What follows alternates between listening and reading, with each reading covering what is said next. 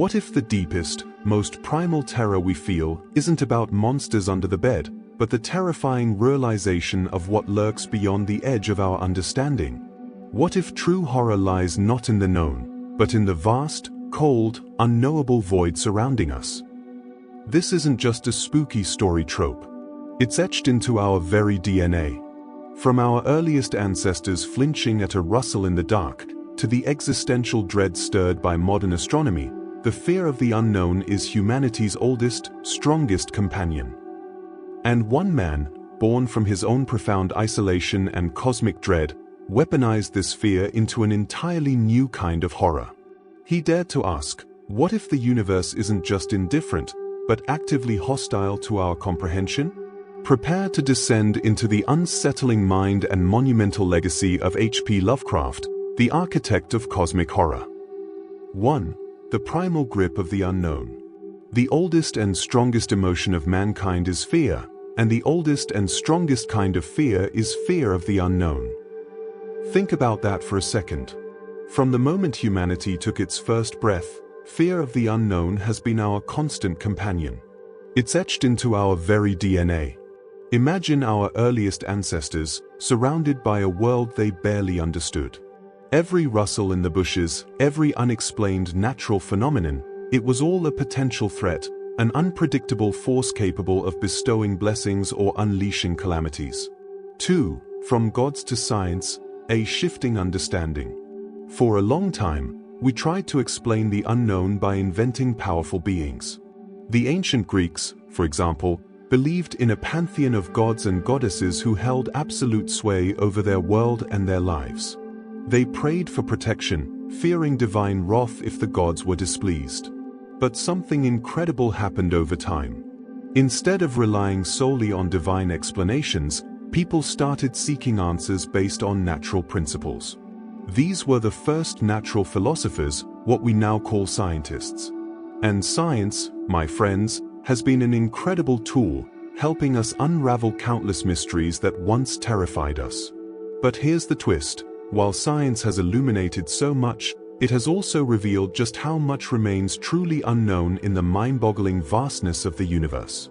It's like turning on a small flashlight in an infinite, dark abyss. We see a little, but the shadows stretch on forever. 3. The man who made the unknown terrifying. This brings us to a fascinating figure, Howard Phillips Lovecraft. Born in 1890, this American writer of weird fiction wasn't just writing scary stories. He introduced a revolutionary concept, the unknown itself as the ultimate object of fear. His genius lay in exploring new scientific frontiers, specifically, the unsettling possibility of bizarre, unimaginable beings lurking out there, hidden among the stars. The sheer, overwhelming scale of the cosmos, its infinite depth, produces a paralyzing emotion in his work. It's not just a fear of monsters, it's a fear of our own utter insignificance. 4. A life forged in fear and isolation. To truly understand Lovecraft's unique brand of horror, we need to delve into his own life, because the themes that permeate his stories, alienation, insignificance, fear, anxiety, and madness, were all experiences he knew intimately. Lovecraft was a deeply insecure and anxious boy, plagued by frequent illnesses, many of which seemed to be psychological. When he was just 3 years old, his father, Winfield Scott Lovecraft, was committed to a mental asylum after a psychotic episode and sadly died years later from syphilis. His mother, Sarah Susan Phillips Lovecraft, became incredibly overprotective, never letting him out of her sight. This kind of intense, suffocating environment certainly shaped his early fears. 5. The grandfather's influence and nightmares. His maternal grandfather, Whipple Van Buren Phillips, became a crucial father figure. He introduced young Lovecraft to classical literature, poetry, and, ironically, even weird tales. This grandfather even helped him overcome his fear of the dark, a poignant detail considering the darkness that would later define his writing. He truly became the center of Lovecraft's universe. Lovecraft was a child prodigy. He was reciting poetry at 2, reading at 3, and writing at 6 or 7. He devoured books, spending countless hours in his private library. But this intellectual haven was shattered by tragedy. The death of his grandmother, Roby, had a profound effect, plunging his family into a gloom from which it never fully recovered.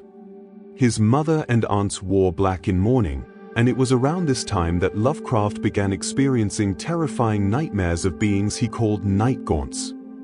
Imagine this: these creatures would snatch him up, carry him through infinite leagues of black air over the towers of dead and horrible cities, until they reached a grey void full of needle-like pinnacles of enormous mountains, where they would let him drop. He'd wake up screaming. These night gaunts, these manifestations of his deepest fears, would later appear directly in his fiction, proving that often, the most terrifying horrors come from within. 6. Poverty, purpose, and the cosmos. After his grandfather's death, Lovecraft and his mother were forced to leave their lavish Victorian home and move to a more modest house. Lovecraft described this as one of the darkest periods of his life, a time when he saw no point in living anymore and even contemplated suicide. But what pulled him back from the brink? His insatiable desire for knowledge and the contemplation of how much there was still left to explore. At the age of 8, he discovered science, first chemistry, then astronomy. And astronomy, in particular, would have a monumental impact on his future writings.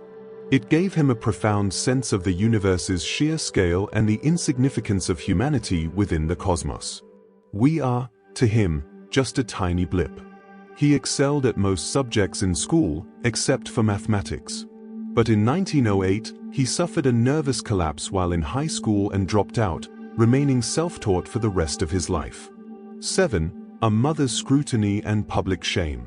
Lovecraft developed a deeply complex, almost love-hate relationship with his mother. She would call him hideous and claim he hid from everyone and did not like to go out where people could gaze on him. Tragically, he came to believe this, and there are reports that he would walk along the streets hiding his face in a raincoat so that no one could see him. Imagine living with that level of self-consciousness and shame. It's heartbreaking. But a turning point arrived when he was invited to join a group of amateur journalists. For the first time, he found a community, like-minded individuals where he felt truly at home. This social connection brought a renewal, a reason to live beyond his own isolated world. He became an incredibly prolific letter writer, penning an estimated 100,000 letters during his lifetime. Many of these letters are as insightful as his stories, offering a deep understanding of his lifestyle and beliefs. 8. Loss, love, and alienation in the Big Apple. In 1921, tragedy struck again when his mother experienced a nervous breakdown and was admitted to the same institution where Lovecraft's father had died 21 years earlier. She passed away after complications from surgery. Once more, Lovecraft plunged into a deep state of sadness and considered suicide. Yet, he recovered. And shortly after, he met Sonia Green, who became his wife. They moved to New York City. However, their marriage faced immense challenges, primarily financial issues. His wife's employment required constant travel, and Lovecraft, frankly, couldn't stand living in New York. He felt utterly alienated in such an enormous city, a city full of foreigners.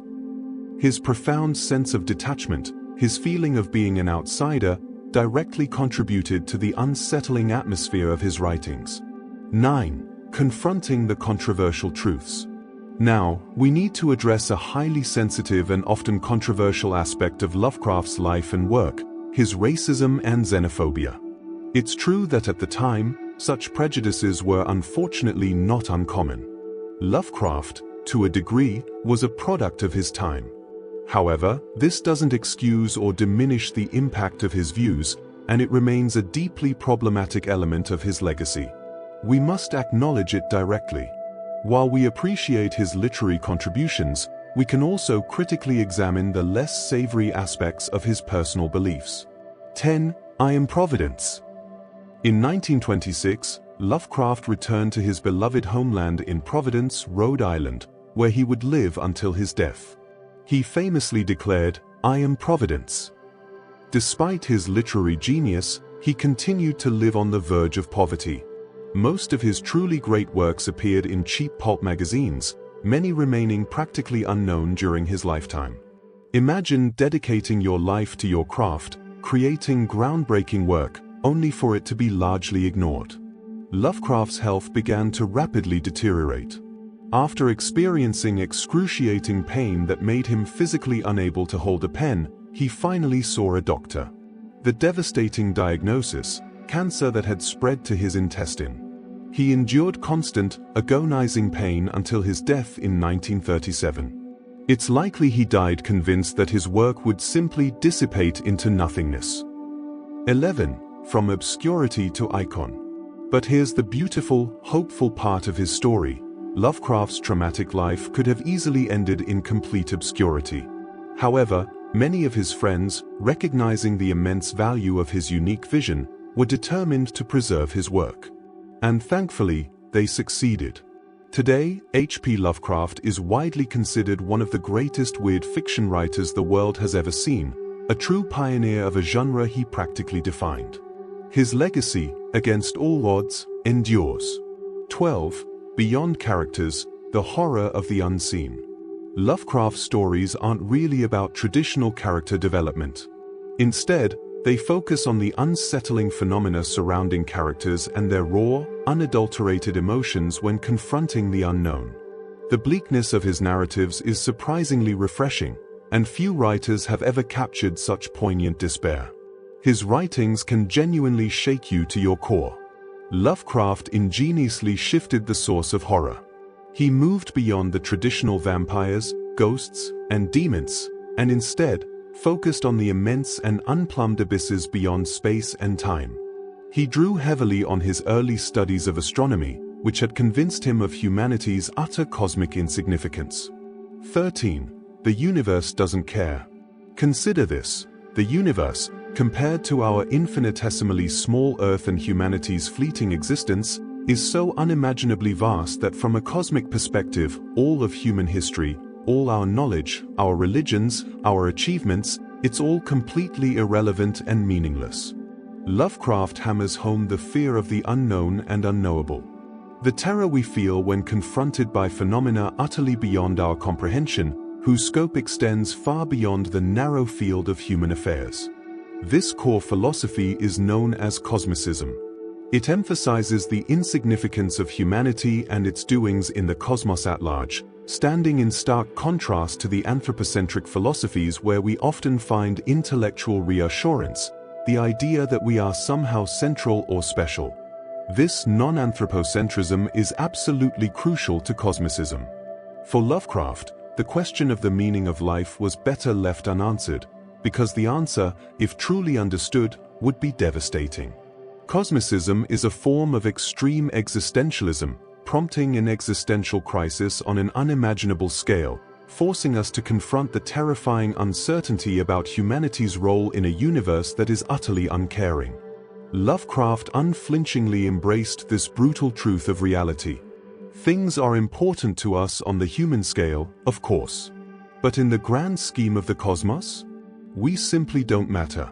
He famously described us as the miserable denizens of a wretched little fly speck on the back door of a microscopic universe. He portrays human beings as mere ants in the vast realms of space and time, an incomprehensibly large universe that creates a profound fear of the cosmic void. This isn't just a blow to our ego, it's a serious blow to mankind's collective self-confidence. 14. When the light reveals too much. Lovecraft had a terrifying idea. After millennia of living in the comfortable darkness of ignorance, turning on the light, embracing full scientific discovery, might just make us realize there are others living with us. He believed there was a point at which we simply could not cope with certain scientific revelations. Listen to this chilling passage, which encapsulates his vision of knowledge as a destructive force. The most merciful thing in the world, I think, is the inability of the human mind to correlate all its contents. We live on a placid island of ignorance in the midst of black seas of infinity, and it was not meant that we should voyage far. The sciences, each straining in its own direction, have hitherto harmed us little. But someday the piecing together of dissociated knowledge will open up such terrifying vistas of reality and of our frightful position therein, that we shall either go mad from the revelation or flee from the deadly light into the peace and safety of a new dark age. For Lovecraft, scientific discovery is both fascinating and utterly terrifying. He doesn't see it as the path to human enlightenment, but rather as the ultimate exterminator of our species. Knowledge, in his view, is a self-annihilating disease. The contemplation of humanity's place in the vast, comfortless, and cold universe, as revealed by modern science, leads to the discovery of unfathomable things that our mortal brains simply cannot comprehend. 15. The indescribable color. Take his story, The Color Out of Space, one of Lovecraft's personal favorites. A meteorite, unlike anything seen before, with an indescribable color, crashes onto a farm. They could only call it a color by analogy. It was something truly alien.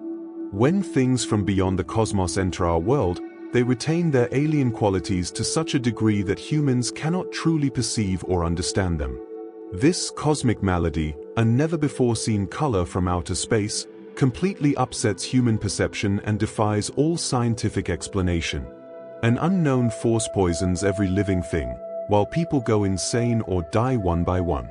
Lovecraft achieved his signature cosmic horror through devices designed to feel utterly foreign and unknown to the reader. This unsettling mood was meant to be crafted in unfamiliar and uncomfortable territory, a difficult but masterfully executed goal. But Cosmicism isn't just about fear of the cosmic depths. In Lovecraft stories, these unknown forces also lurk in the depths of the earth, the oceans, distant territories, and even the equally vast recesses of the dreamlands. The unknown is everywhere. 16. Exploring the preternatural. Lovecraft explored this preternatural territory through what's known as the Cthulhu Mythos. While he didn't coin the term himself, it has become synonymous with his universe. The name Cthulhu itself is meant to be a completely non-human word, with no correct pronunciation. However, Lovecraft himself suggested Cthulhu as the closest approximation. Try saying that 5 times fast. Unlike most horrific creatures, the entities in the Cthulhu Mythos don't actively seek our destruction. Instead, they appear utterly indifferent to humanity. Their relationship with us is often purely accidental. This coincidental alignment makes these gods no better than the other cosmic forces, and their very indifference contributes to that profound sense of alienation we discussed earlier. They are symbols of cosmic outsideness, beings of which we can only grasp a tiny, terrifying fraction. The true horror stems from the realization that common human laws, interests, and emotions have absolutely no validity or significance in the vast cosmos at large. Consequently, the entities in Lovecraft's world aren't evil in a human sense. They exist far beyond our conceptions of morality. They inhabit a dark reality where nothing is impossible, a reality beyond human access. They represent the essence of externality, as Lovecraft writes. To achieve the essence of real externality, whether of time or space or dimension, one must forget that such things as organic life, good and evil, love and hate, and all such local attributes of a negligible and temporary race called mankind, have any existence at all. 17. A fragmented lore of fear. The Cthulhu Mythos is purposely an incomplete body of lore, rather than a neat, perfectly ordered system of knowledge. This adds to the sense of unsettling mystery. Lovecraft describes several types of entities: elder things, great old ones, deep ones, and outer gods. The real horror is simply knowing these entities exist, that they arrived from the stars long before human civilization even began. The elder things were the first alien species to colonize Earth 1 billion years ago. Think about that time frame. They created the Shoggoths, terrifying protoplasmic, shape-shifting beings capable of reflecting all forms and organs. These Shoggoths served as slaves, building vast cities, but eventually they rebelled against their masters. Today, the ruins of their great cities lie frozen in Antarctica, and some of these entities can be found as fossils or in frozen hibernation.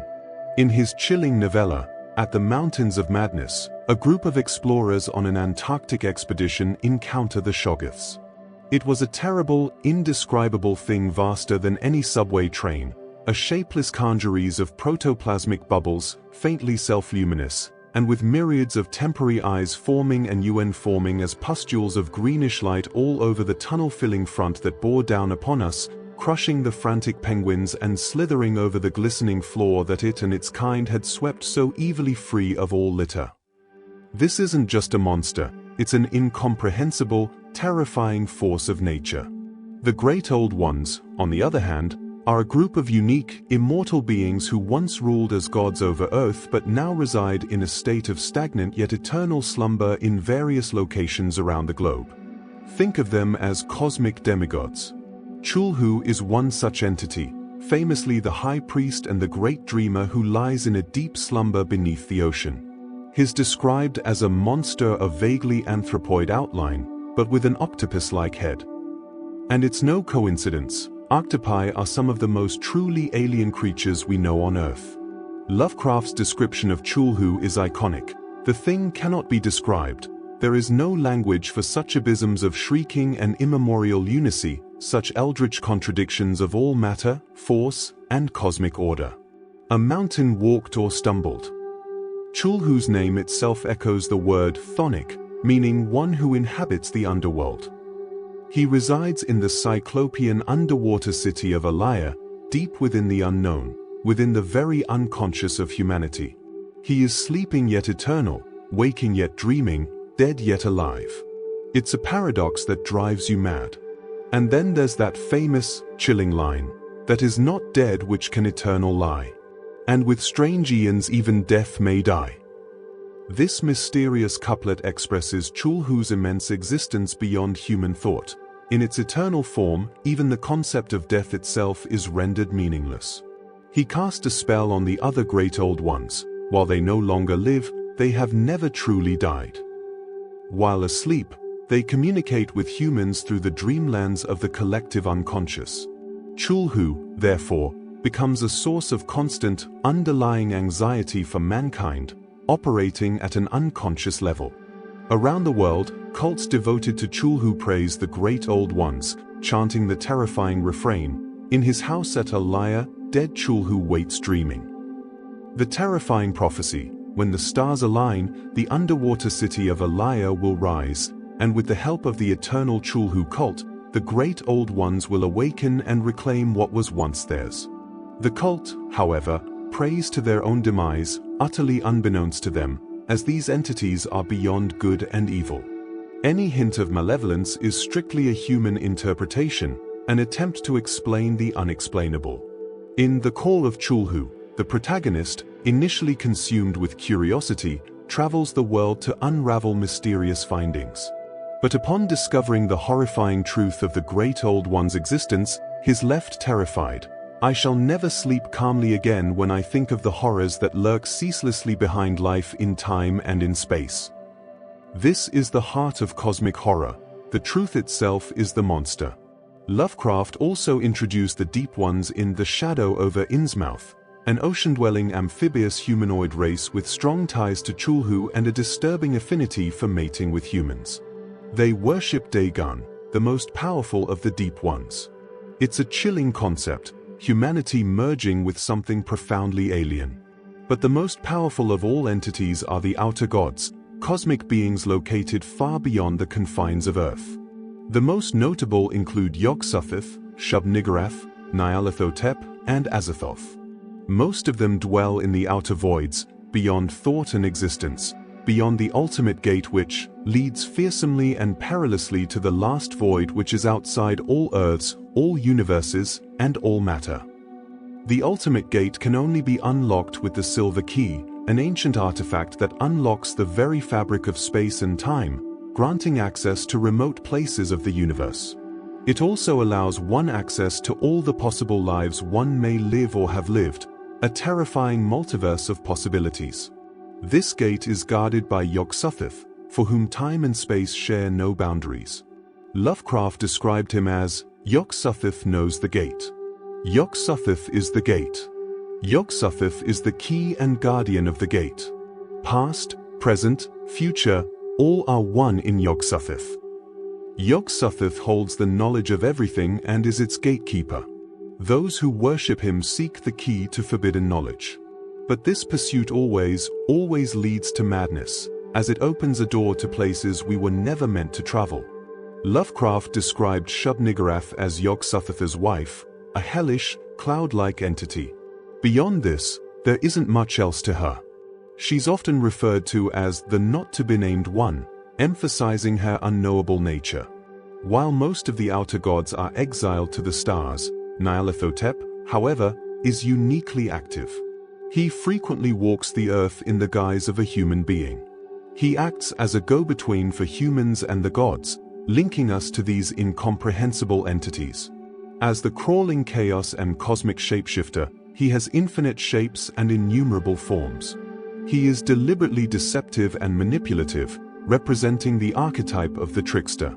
He serves as a constant, unsettling reminder of the existence of that which we can never truly know. And then, there's the ultimate terror, Azathoth. He is the all-powerful creator of existence, known chillingly as the blind idiot god. He is absolutely mindless and unconscious, yet paradoxically, he is omnipotent and the most powerful being in the entire mythos. The horrifying truth? All of reality is merely a part of his dream, unknowingly created by himself. He is a dreaming monster in whose dream the universe resides. Countless lesser deities play maddening tunes on innumerable drums and flutes to keep Azathoth from awakening. Why? Because if he were to awaken, all of existence would be no more, all would once again be Azathoth. He is the embodiment of disorder and cannot be destroyed, as the very concept of destruction is merely his dream, and he exists beyond all human concepts. Lovecraft's fictional gods are often relegated to the background of his stories. They are rarely the central focus or the direct cause of events. But they are always present, subtly influencing everything, an essential element of cosmic horror. 18. When geometry goes wrong. To truly express the unknown, Lovecraft employed mathematical concepts and bizarre landscapes that should not, by all logical accounts, be able to exist. He wrote, "The geometry of the dream place he saw was abnormal, non-Euclidean, and loathsomely redolent of spheres and dimensions apart from ours." Lovecraft's use of abnormal geometries to capitalize on the fear of the unknown is found in many of his stories. He was swallowed up by an angle of masonry which shouldn't have been there, an angle which was acute, but behaved as if it were obtuse. You get the distinct impression that Lovecraft had an incredible intuitive grasp of what glimpses of the fourth dimension would seem like to us, how the geometry would appear non-Euclidean and all wrong. His descriptions of abominations like Cthulhu fit perfectly with what one might imagine a fourth-dimensional creature would be like in our three-dimensional space, how they seem to have a shape that wasn't made of matter as we understand it. It's like an ant living in a two-dimensional world seeing a human being. It simply cannot process it. Our hand would look like strange bony and fleshy meat with warm pulsing liquid, suddenly appearing and disappearing out of sight. Similarly, Lovecraft's cosmic entities and objects exist in dimensions far beyond our own. He describes, all the objects, organic and inorganic alike, were totally beyond description or even comprehension. Gilman sometimes compared the inorganic masses to prisms, labyrinths, clusters of cubes and planes, and cyclopean buildings, and the organic things struck him variously as groups of bubbles, octopi, centipedes, living Hindu idols, and intricate arabesques roused into a kind of Ophidian animation. Everything he saw was unspeakably menacing and horrible, and whenever one of the organic entities appeared by its motions to be noticing him, he felt a stark, hideous fright which generally jolted him awake. Of how the organic entities moved, he could tell no more than of how he moved himself. In time he observed a further mystery, the tendency of certain entities to appear suddenly out of empty space, or to disappear totally with equal suddenness. Lovecraft's world constantly evades any easy visualization.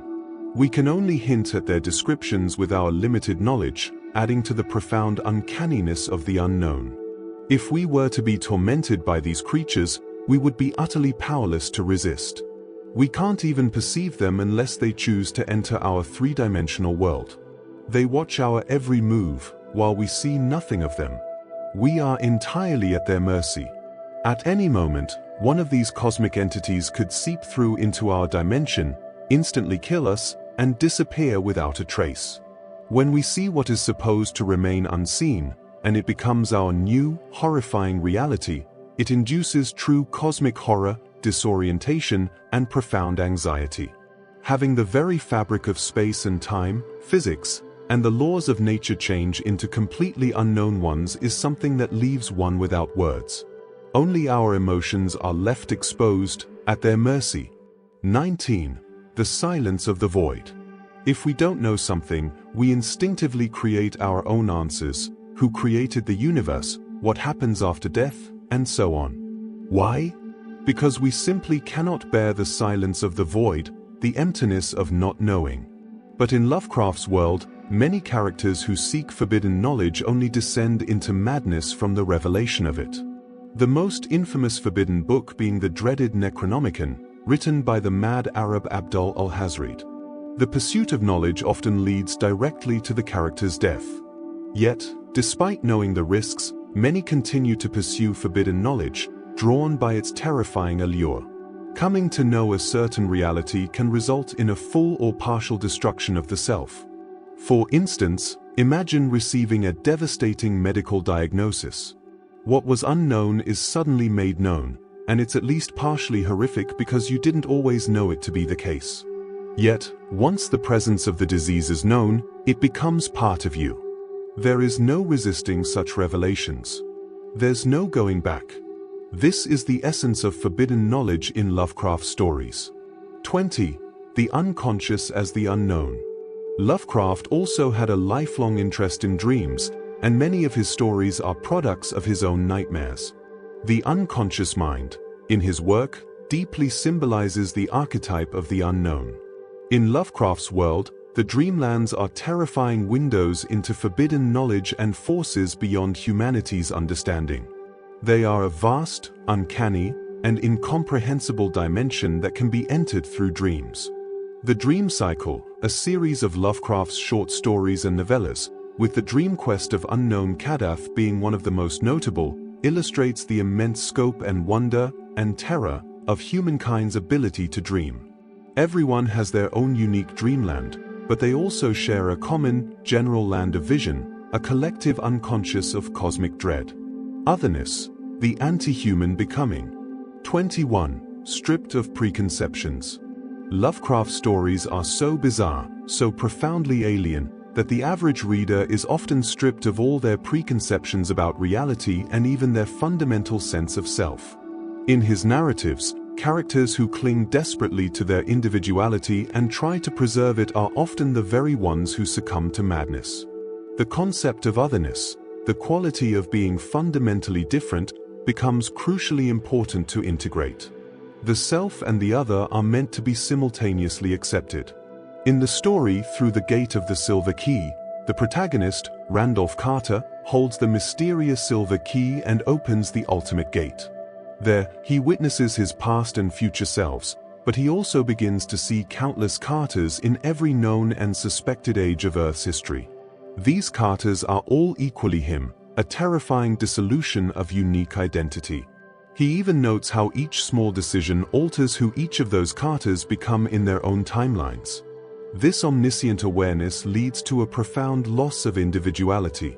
One learns that one is no longer a definite being, distinguished from other beings. Therefore, the other becomes just as worthy of acceptance and consideration as oneself.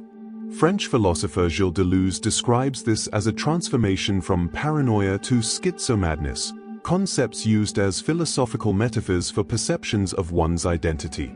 Those with paranoia have an urge to align everything with their existing identity and to disregard otherness entirely. Schizomadness, on the other hand, refers to an integration of the unconscious, an acceptance of other identities, beings, and one's simultaneous place among them. This is also reminiscent of Carl Jung's approach of individuation, where one integrates one's unconscious contents in order to advance towards the self. You must accept the loss of individuality by acknowledging that you are not the master of your own house. But this is usually met with intense, paranoiac resistance. Through the experience of reading Lovecraft, the reader undergoes their own anti-human becoming. A window into otherness unveils the true monster as none other than oneself, and the horror of changing this is the only monster we are truly meant to conquer. 22. The Outsider's Revelation. In his poignant tale, The Outsider, Lovecraft tells the story of a man who lives in solitude in a decaying, dark castle, unable to recall if he ever saw a living person. He bravely decides to climb the tower into the unknown outer sky, believing it was better to glimpse the sky and perish than to live without ever seeing the light of day. He finally enters a window and is met with people whose faces are hideously distorted with fear, fleeing with horrible screams. The man trembles at the thought of what might be lurking near him, unseen.